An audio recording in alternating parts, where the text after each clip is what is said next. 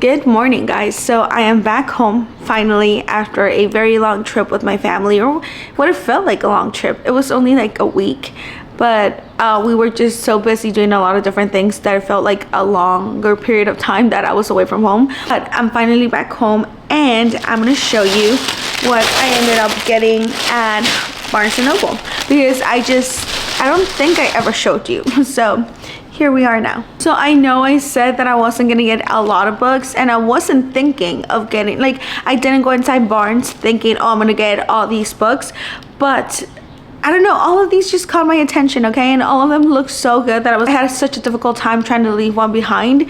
And I decided to get them all. So in this bag we have God of Malice. And I got this because I saw, what's her name? You know her, we know her, everyone knows her. Larry. How did I not remember her name? Larry. I saw Larry read this. I believe it was Larry, or maybe I'm making it up. I saw someone read this book and I wanted to pick it up. As you guys know, I did not like Hunting Adeline. It was just not for me. So I've been asking people for recommendations, and I've been watching videos of people reading dark romance, and this kept popping up. So I decided to pick this up. I don't know the purpose of this book. I don't know what's gonna happen in this book. In the back it says, don't romanticize me or you'll be eaten alive. So I don't know if it's gonna be about a vampire or what it's gonna be about, and I think I want to go in blindly. So yeah, I can't wait to read this, and hopefully I will like it better than Haunting Adeline, because I did not have a good time with that book. Next book I decided to pick up is In the Miso Soup by Ryo Murakami, and I have been in such a horror slash thriller kick lately. That's all I want to read, and I've never read any horror novels by a Japanese author before. I've read literary fiction, but never any horror. So I saw this and it really intrigued me, especially because in the back it says, incredibly, Maki was still on her feet and still alive, her eyeballs swiveling wildly, her lips quivering. As she wheezed, foam flecked blood from the wound in her throat. She seemed to be trying to say something. So I don't know, it just sounded appealing. It sounded right up my alley, and it's also a Penguins classic, which made me really excited. And I just noticed right now, I do have a Penguins classic collection, so I think this will be really cool to add. And yeah, I'm really excited to read this one. I'm probably gonna read this pretty soon. Alright, the next book that I picked up is The Deep by Nick Cutter. In my previous video recommending like my favorite horror slash thriller books, I did recommend, what's it called? The Troop by Nick Cutter, and I love that book. It is very disturbing.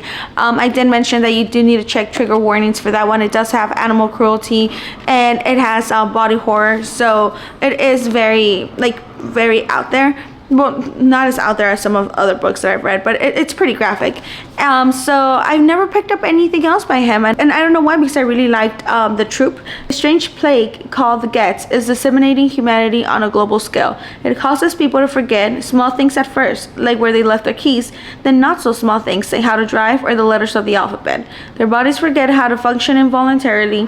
There's no cure. Kind of reminds me of The Cell, remember, by Stephen King, with the cell phone lines kind of making them become zombies. This is giving me that kind of vibe. I'm really excited. I want to know if there's going to be body horror in this, or if there's going to be like any type of like aliens or anything that's like foreign to the human body that's making them forget everything. Like, I don't know, because that's what The Troop was about. It kind of had those elements to it, so I wonder if that's going to be in this as well. I'm really excited.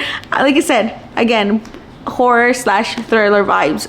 And I think it's because it's just been so gloomy, and it's gonna be raining for like 2 weeks where I live, so this is just making me read this type of books more. I'm not in a very sunshiny book reading mood right now, so I'm so excited. The next book I got is Lessons in Chemistry by Bonnie Garmus, and I know this is like so old news, but whenever it was hyped up and it was everywhere, I just never got the urge to read it. I think that I was misled by the cover. It just always seemed so do you guys remember the old cover, right? It was very like cartoonish and girly and stuff, and it just didn't seem like the type of books that I read. There's nothing wrong with them, but it didn't seem like my cup of tea. But I saw that they came out with this new cover, and this caught my attention, and I was like, okay, I know, don't judge a book by its cover, but I did with this one. And as soon as it got this pretty one, I decided I was gonna give it a chance and actually read it, because how pretty is that? That it was gonna be like that one from Ali Hazelwood. You know which one, the one with the little I don't read romance, can you tell? I really don't. What's that book called? Everyone was reading it. Hypothesis, the Love Hypothesis, I think. I thought that was gonna be like this, but I also don't know what the Love Hypothesis is. I think I just make up my mind about what I think those books are gonna be about because of the covers, and I think they're gonna be light and fluffy. And the cover that I had before it, that's what I thought it was gonna be, and it doesn't sound like that at all. So I'm really excited to read this. I did finish reading The Women not long ago, so I'm feeling very like woman empowered. We only have 3 books left, so that's kind of sad. I wish I could buy all the books in the world, you know, yesterday before I went to bed, I was walking around the house just like cleaning up, closing shift they call it. I was just kind of cleaning for the next day, and I just looked around and I was like, man, I love my home. It's just so cozy, and all the books just make me feel kind of like in my own little cocoon. So it's I don't need them all, but I like them all. So next book that I picked up at Barnes is Say You Remember Me by Abby Jimenez, and I did not in fact read The Last Summer. What's it called? Same time next summer, or what's that Abby Jimenez book? Whatever, you know what I'm talking about. I did not read that book, but I am trying, okay? I am trying to get more into contemporary romances and just romance books in general. I'm trying to get more into that genre, so I decided to pick this up. I know people rave about Abby Jimenez, and I know this is a new book. I think this is her new release. Like I said, I've never read anything by Abby Jimenez, so I don't know what to expect, but I'm very excited, especially with how much people have been hyping her up. So hopefully I'll like it, because I want to have a good first experience with Miss Abby Jimenez. This is literally so weird, because I don't think I've ever gotten so many pink books in my life. The next book I picked up is Summer in the City by Alex Astor, and I don't think I've ever read anything by her either, honestly.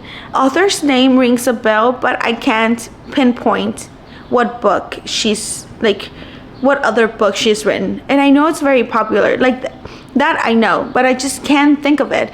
And I'm gonna be honest, the reason why I picked this up is because of the cover. It is so pretty. And look at this, it has little taxis. This is so pretty. Oh, I love it. I'm in love.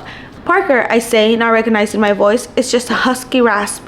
He leans forward like he can't help himself. Our foreheads press together. We're just barely touching, and it's not enough.